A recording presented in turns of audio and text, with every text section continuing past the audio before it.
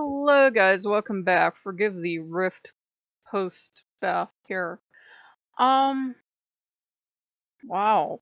Sometimes manifesting doesn't work the way you want it to, or this may not be manifesting at all. Let me explain. I was feeling so good today that I decided I will walk her tray up. You know that tray I was coveting, this beautiful tray? Well, I called her and I got her on the phone and I said, well, I'm going to bring your tray up, okay? And she's like, yeah. So she knows I'm coming up unless I talk to a ghost. And, right, Rebecca, or the Virgin Mary. So I'm walking it up. And as I'm coming to her house, the gentleman is pulling out of the driveway. I'm like, okay, he must be scramming because he doesn't want to spend time with me, or he is just coincidentally going out. It's funny how often he's going out when I'm coming. Anyhow, shut up, Loki. Anyhow, I go to open the door and the door's locked. And he honks the horn at me from the end of the driveway and tells me, just put it on the chair. And I'm like, okay. I put it on the chair and I'm thinking everything from he doesn't want me to see her to she's not feeling good to they're hyper nervous that I had some kind of wasting disease and they're going to throw this in the garbage. I don't know. So I'm walking home and I'm like not in the best mood, but I'm like, well, okay, if that happened, then that just frees me up to come back here and watch some stuff. So, Crystal Light iced tea, best stuff. No, they don't pay me to say that. I come home and I'm watching a lot of It's a Miracle lately. I don't know. I just like Havlis Jones. They're like little potato chips. They're like 4 or 5 minute inspirational things of like miraculous cats, dogs, whatever. I get in such a good mood and I'm so comforted and I'm so, well, you know, I can start working on this manifesting again. So I'm in this great mood and I go onto the VR because I check the VR every day and I see Steam has all these free VR apps. So I get this sciencey one that I liked, this science fiction one I liked. It was nice and peaceful. I liked that one. But the first two I played, I got this kind of Face Your Fears one, and I'm like, ooh, these are usually expensive, or they're free and they're not very good. They're one or the other. It's got that, and I got a rock climbing one, and we all know I have intense vertigo and crippling fear of heights. I can't even get on a step stool in real life. But somebody who reviewed it said you can't fall, so it's boring. And I'm like, well, that's for me because I have fear of falling. If I can't fall, that's the climbing game for me. Well, I played the Face Your Fears one, and it's about people's nightmares. And I'm like, well, look, this looks kind of scary. The one looked kind of scary. It was kind of boo jump scare. By the end of that thing, I was like, the inner fox in me had her paws up in front of her little face, and she was curled in a ball and whimpering. And Loki's like, what is it, baby? What's it? First I was in this room, and then there was this ghost, and then the ghost jumped at me, and then I got hit with a giant ball of yarn, and then this other thing happened, and oh my god, and then I was on a hill, and you know I'm afraid of being up, and then there was this, and look, he's like, slow down, what actually happened? And some of them were my biggest, deepest fears, which was great. One person had a nightmare of my nightmare scenario. You're up on a mountain pass. You're on a creaky thing and you're hoping for that damn gondola to come over and you can see there's just nothing below you.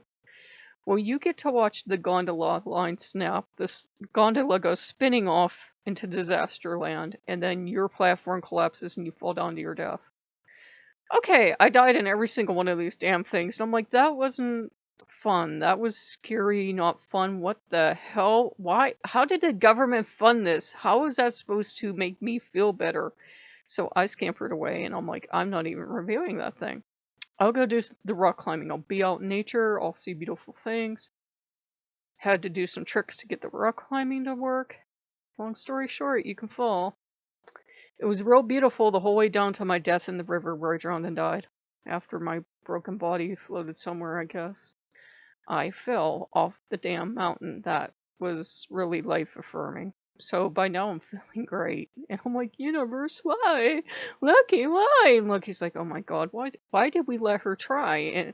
And Odin's back here, well, she saw she wouldn't fall, so we thought she'd be perfectly safe and she knows she's sitting. You know you're sitting. It doesn't matter. It's VR. You still are scared because you're up high and then you fall and you die.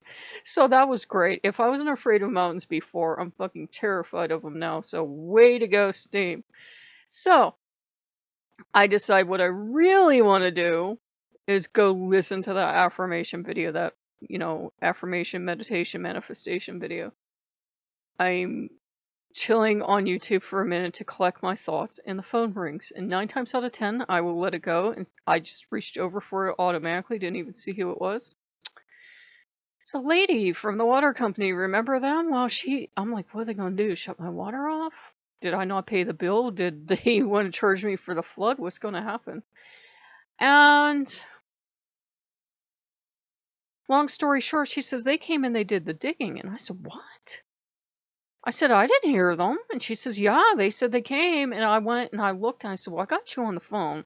I'll go out and look. I said, I'm not saying that, they didn't do it. And I went out and looked and I said, nothing is disturbed. If they dug this hole, they dug an amazingly precise hole because all the hedges are still here and everything else. And the guy that was going to dig it told me, oh, we'll have to take the hedges out and everything else and you won't get them back.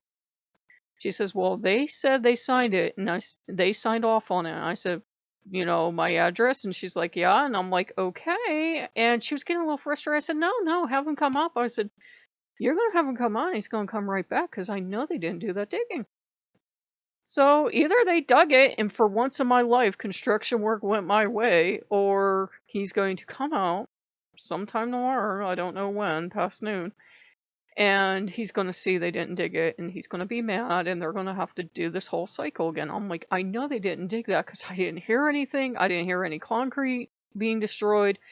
I didn't see any trucks. You would think I would have noticed. She said they did the work on the 8th, and I'm like, I can't even remember what happened yesterday some days, so I don't know. But I don't remember seeing any equipment out there. So we'll see. And that really had me rattled because now instead of being able to go watch a manifestation video, I had to go down to my basement and move all the stuff I had moved from the flood and just rattled.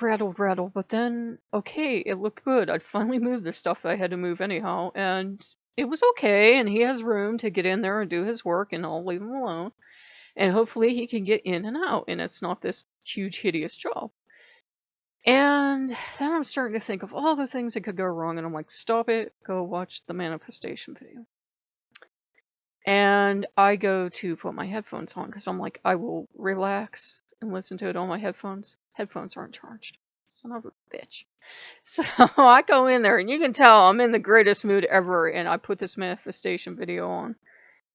And instead of thinking of all the stuff I wanted, I thought of all the things I don't have, and it came in spades. I thought of all my health issues, all the stuff I need to get done on the house, all this other stuff I want to get. By the time it was over, guys, I was almost a bawling mess. And I eventually blocked my attention off from that, and I'm like, So then the wolf totem thing came back on, and I'm like, really? Wolf totem? Now, wolf? Really?